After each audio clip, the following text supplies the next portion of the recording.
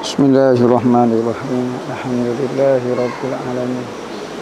Wassalatu wassalamu ala asyrafil anbiya'i wal mursalin sayyidina Muhammadin wa ala alihi wa sahbihi ajma'in.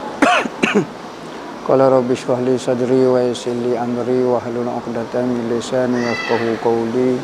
Subhanaka la ilma lana illa ma 'allamtana innaka antal alimul hakim wa la haula wa la quwwata illa billahil aliyyil 'azim.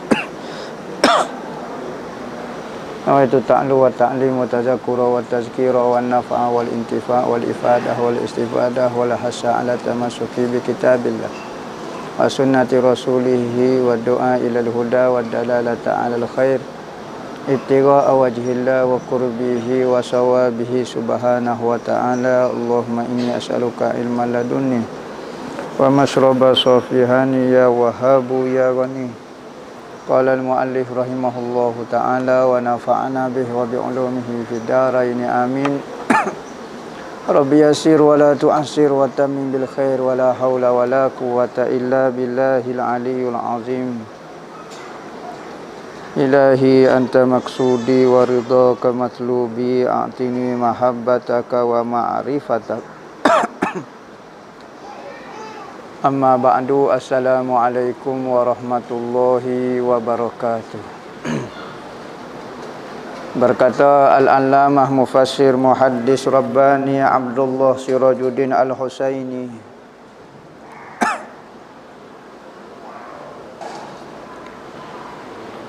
dalam kitab dia Sayyiduna Muhammad Rasulullah sallallahu alaihi wasallam,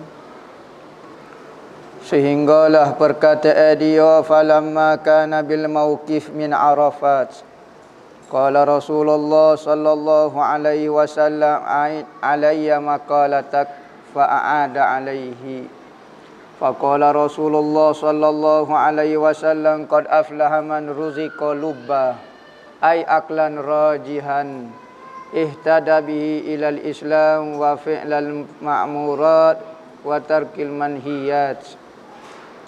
Qala ta'ala innama yatazakkar alhamdulillah innama yatazakkaru ulul albab wa fi hadza bayanun minhu annal aqla rajiha yulzimu sahibahu bitamassuk bihadzal din al-islami li'annahu dinun kamilun sahihun wa huwa ghayatu bughuyatil aqli rajih kama ruya anhu sallallahu alaihi wasallam ra'sul aqli ba'dal imani billah al-haya'u wa husnul khuluq. Sekarang kita dok kecek mengenai akal Nabi yang sempurna. Kita sebut dah, berkata Wahab bin Munabbih, perbandingan akal manusia dengan akal Nabi itu seperti sebiji pasir daripada pasir-pasir dunia. Itulah bandingnya akal kepintaran Nabi berbanding dengan kepintaran manusia semuanya. Maka di antara kesukaan orang mukmin, kesukaan orang mukmin adalah mendengar pujian orang memuji kekasih dia. Yang mana kita semua berkumpul, tidak lain tidak bukan nak dengar orang memuji kekasih kita. Seminggu sekali orang duk puji kekasih kita, kita serah sedap dengar. Seminggu dah kita tak dengar orang duk puji kekasih kita, tiba-tiba ada satu majlis khas untuk memuji kekasih kita. Maka benda yang kita sayang dan kita cinta ini banyak benda. Ada orang sayang benda ni, ada orang sayang benda ni, ada orang sayang benda ni. Payah kita nak satu ke sayang itu kepada satu benda. Kecuali ada satu benda ini dia mengumpul ke segala sayang manusia. Sayang orang mukmin. Gapo dia? Iaitu sayang kepada Nabi dia. Maka sepakat manusia menyayangi Nabi dia. Tak ada ambo rasa dalam majlis ni ataupun orang mukmin di mana-mana tempat tidak menyayangi Nabi dia. Maka sayang Nabi itu mengumpulkan segala jenis saya yang ada di atas muka dunia ini. Maka kita boleh bersatu, kita boleh duduk sekali atas nama saya kepada Nabi. Boleh. Tetapi kalau saya kepada benda lain, ada orang suka benda ni, ada orang tak suka kepada benda ni. Saya kepada Nabi ni ada, kita heran juga ada orang ni tak, dia kata dia saya ke Nabi, tetapi kalau majlis puji Nabi, majlis nak menunjuk ke saya kepada Nabi, dia tak berapa nak suka. Jadi alhamdulillah seminggu sekali kita boleh dengar orang duk puji Nabi kita, kekasih kita. Kita dengar orang puji Nabi, kita rasa suka. Allah Ta'ala kekasih Nabi kita, dan Nabi kita merupakan kekasih Allah Subhanahu wa Ta'ala. Gelar bagi Nabi Habibullah, kekasih Allah Ta'ala. Maka kita memuji Nabi Muhammad, kita mengumpulkan saya kita, saya Nabi, saya Allah Ta'ala dalam satu saya dan satu majlis. Maka inilah kekuatan kita sebagai orang mukmin. Kerana kalau tidak saya, kita tidak akan boleh bersama. Kita boleh bersama di dalam satu majlis kerana nak kumpulkan saya kita, cinta kita kepada Nabi. Nabi cinta kepada kita, dan Allah cinta kepada Nabi, dan orang yang cinta kepada Nabi. Maka terkumpullah beberapa saya di dalam satu saya. Maka terjadilah majlis-majlis maulid dan majlis-majlis selawat kepada Nabi. Jadi pada zaman orang yang jarang nak sebut, nak puji Nabi, tapi kita Allah Ta'ala izinkan lagi boleh dengar. Telinga kita Tuhan tidak hina telinga kita, masih Tuhan muliakan lagi dapat mendengar pujian-pujian kepada kekasih dia. Lantunan-lantunan qasidah dan selawat kepada Nabi kita boleh dengar lagi. Tetapi ada orang Allah Ta'ala hina telinga dia. Dia tak boleh dengar perkataan yang baik, dia tak boleh dengar pujian kepada kekasih Allah Subhanahu wa Ta'ala. Hak dia dengar hanyalah pujian kepada dunia, pujian kepada harta, pujian kepada pangkat, pujian kepada keindahan selain daripada Nabi SAW. Maka Allah Ta'ala tak izin dia dengar puji kepada Nabi SAW. Maka kita diizinkan lagi boleh dengar. Ni merupakan rezeki yang patut kita bersyukur. Mudah-mudahan Allah Ta'ala tidak haramkan telinga kita daripada mendengar orang-orang yang memuji Allah Ta'ala sampai hari kiamat. Masuk kepada kitab kita, berkecek mengenai akal Nabi SAW. Yang mana katanya Wahab bin Ibnu Munabbih, akal manusia itu seperti sebutir pasir daripada pasir dunia. Nak banding akal manusia dengan akal Nabi, bandingnya dia adalah sebutir pasir, ramlatun kahabbati ramlin min jami'ir rimalid dunya, berbanding dengan pasir-pasir dunia.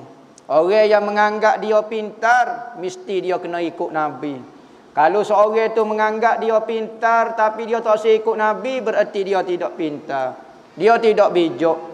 Kerana bijak sebenar adalah mengikut Nabi SAW. Kerana apa? Kerana Nabi bapa segala kebijakan berada di situ. Maka kalau orang duk mengaku dia pintar, dia bijak tetapi tidak mengikut Nabi, dia tidak bijak sebenarnya. Kerana punca kepada kepintaran itu mengikut Nabi. Ramai orang mendakwa kepintaran itu adalah anugerah, pengiktirafan daripada manusia itu, dianggap benda itu pintar. Tetapi kepintaran yang sebenar adalah ikut Nabi SAW. Semua cerita-cerita yang kita baca, seperti cerita ni, Rasulullah kata, wahai, siapa dia nama ni? Wahai Qurrah bin Hubairah. Rasulullah kata, semula perkataan yang mu sebut dulu. Maka dia pun mula perkataan yang dia sebut dulu. Maka Rasulullah berkata kepada dia, bertuahnya kamu, kerana kamu Allah Ta'ala beri kepada kamu akal. Kita ada sahabat-sahabat mari temu dengan Rasulullah. Rasulullah kata, aku tengok mu ni orang bijak. Kalau bijak mu mesti ikut aku. Kalau mu tak bijak, nescaya mu tak ikut aku, nescaya mu ni tak bijak. Maka orang yang mengikut Nabi ni orang bijak. Sebab apa? Kerana Rasulullah mengajak kepada benda baik dan melarang kepada benda tak molek. Kerana firman Allah Ta'ala kata, innama yatazakkaru ulul albab, sesungguhnya orang yang dapat berfikir, dapat mengingati, dapat ambil pelajaran itu adalah orang yang mempunyai akal.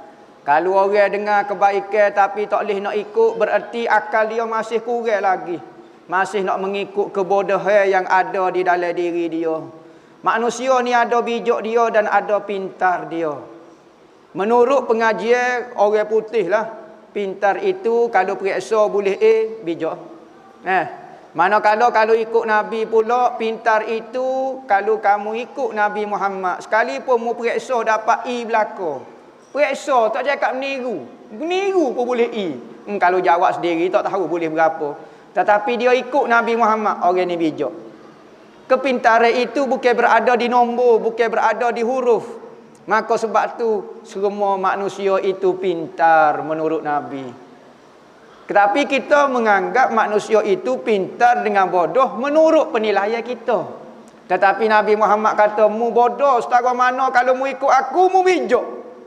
Tetapi kalau mu bijak setara mana pun, orang perintiraf setara mana pun, tapi kalau mu tak ikut aku, mu bodoh, katanya Nabi. Tu. Maka sebab itulah kita sekalipun kita rasa kita lemah ngaji tak pandai, tapi Rasulullah masih memberi harapan kepada kita untuk mendapat kepintaran yang sebenar, iaitu ikut Nabi SAW. Jadi bagi Nabi, bijak-bijak ni semua orang layak, semua orang berhak untuk menjadi bijak, kerana ia adalah pilihan kita. Kita pilih untuk mengikut Nabi, kita jadi orang bijak. Kita pilih untuk melawan Nabi, kita tak jadi bijak selalu. Kadang-kadang orang kata kebijakan ini adalah anugerah daripada Allah. Ya, anugerah bijak apa dia? Bijak untuk pengurusan dunia. Itu betul anugerah. Ada orang ngaji cepat pandai. Ada orang ngaji tak cakap mengaji. Tak cakap makan roba. Orang ngaji makan roba. Orang tengah ngaji tak makan roba. Kalau ngaji lagu ni tak cerdik. Ya betul, tapi tak cerdik menurut siapa? Kita cerdik lagu ni tak masuk neraka. Periksa boleh tak masuk neraka. Orang tak cakap ngajar alih, botol, tak cakap nak jawab, tak tahu alih-alih jatuh. Tak apa, tak masuk neraka. Tetapi kalau tak cerdik menurut Nabi Muhammad, hak ni masuk neraka. Lawan Nabi SAW. Nabi suruh benda molek kita tak ikut, berarti kita tak cerdik. Kita sendiri yang memilih kebodohan itu. Jadi semua orang layak untuk jadi pintar, untuk jadi pandai di sisi Nabi. Maka kita jangan rasa lemah. Tak semua sahabat-sahabat dulu orang bijak belaka. Tetapi semua sahabat-sahabat orang bijak sana. Kerana memilih Nabi berbanding dengan orang lain. Sahabat-sahabat tak semua bijak belaka. Bukan kata bisa belaka. Ada sahabat tu badui pun ada. Baca tak pandai, menulis pun tak pandai. Tetapi pokok dia bijak belaka. Kerana apa? Kerana memilih Nabi. Maka Rasulullah memberi peluang kepada manusia untuk menjadi bijak. Bukanlah bijak itu menurut takrif definisi yang dibuat oleh manusia, tetapi Rasulullah pun sendiri sebut lagu tu. Sebagaimana hadis kita sebut lepas-lepas, orang tanya, ya Rasulullah, bijak tu gapo, bodoh tu gapo ya Rasulullah? Rasulullah kata bijak itu man dana nafsahu wa amila lima ba'dal maut. Orang-orang bijak al-akiyasu, orang yang bijak. Kais-kais ni maknanya bijak. Al-akiyas, orang yang sangat bijaksana. Siapa dia kau orang yang paling pintar? Rasulullah kata orang yang tidak mengikut hawa nafsu dan beramal untuk amalan sesudah matinya. Orang bijak lagu tu, bijak. Sekalipun dia membaca tak pandai, menulis tak pandai, tetapi orang ni orang bijak. Siapa dia pula al-ahmaku, orang paling bodoh ya Rasulullah. Ni takrif kebijakan dan kepintaran menurut Rasulullah. Rasulullah kata orang bodoh adalah orang yang bercita-cita, berangan-angan, hidup mengikut nafsu, tetapi cita-cita dia penuh dengan Allah Ta'ala. Ikut nafsu tak ikut Nabi Muhammad, tetapi cita-cita Allah Tuhan yang Maha Pemurah. Dia mesti berhamba dalam syurga. Hamba ke orang beriman, mesti Tuhan masuk dalam syurga. Biarlah masuk neraka. Ni orang bodoh kecek lagu ni. Perbuatan ikut nafsu, tetapi cita-cita dengan Tuhannya masuk syurga lah. Ambo insya-Allah lah hidup dengan Nabi Muhammad berkali. Sedap kecek. Amalan tu nak pergi jauh dengan Nabi Muhammad semacam. Maka katanya Nabi, orang ni tak cerdik, orang bodoh. Al-ahmaku dari riwayat kata. Nah. Maka dalam hadis ini, dalam Al-Quran ini nak menyatakan akal yang pintar. Akal yang pintar menyebabkan tuai dia berpegang dengan agama. Kalau orang tak pegang agama, bererti kebijakan dia masih kurang. Kalau dia rasa agama ini satu benda yang bodoh, pilihan peraturan lain lebih bijak daripada peraturan agama, bererti akal dia masih belum sempurna. Masih belum faham suruhan dan larangan daripada Allah Ta'ala apakah hikmah dia.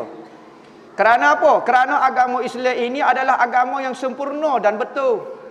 Maka orang yang menolak benda yang benar, benda yang sempurna, benda yang betul, bererti orang ini tak berapa nak betul lah mana.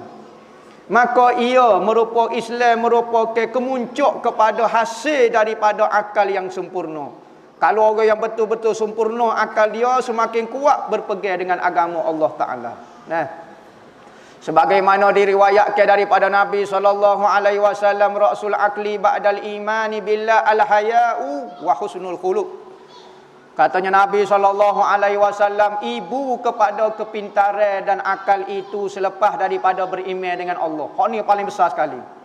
Kalau orang tak beriman dengan Allah, dia dapat anugerah Nobel ke, anugerah orang paling bijak atas muka dunia, dia tetap bodoh di sisi Allah, di sisi Nabi. Di sisi sebenarnya, dia orang memilih kekufuran daripada iman, hak ni kepala skala bodoh. Sekalipun dia buat ciptaan macam-macam jenis menurut kepintaran kita, Allah pening kepala. Tetapi menolak iman dengan memilih kupu itu adalah kebodohan yang paling besar. Lepas daripada kepintaran yang paling besar, memilih iman dengan Allah, gapo dia lagi?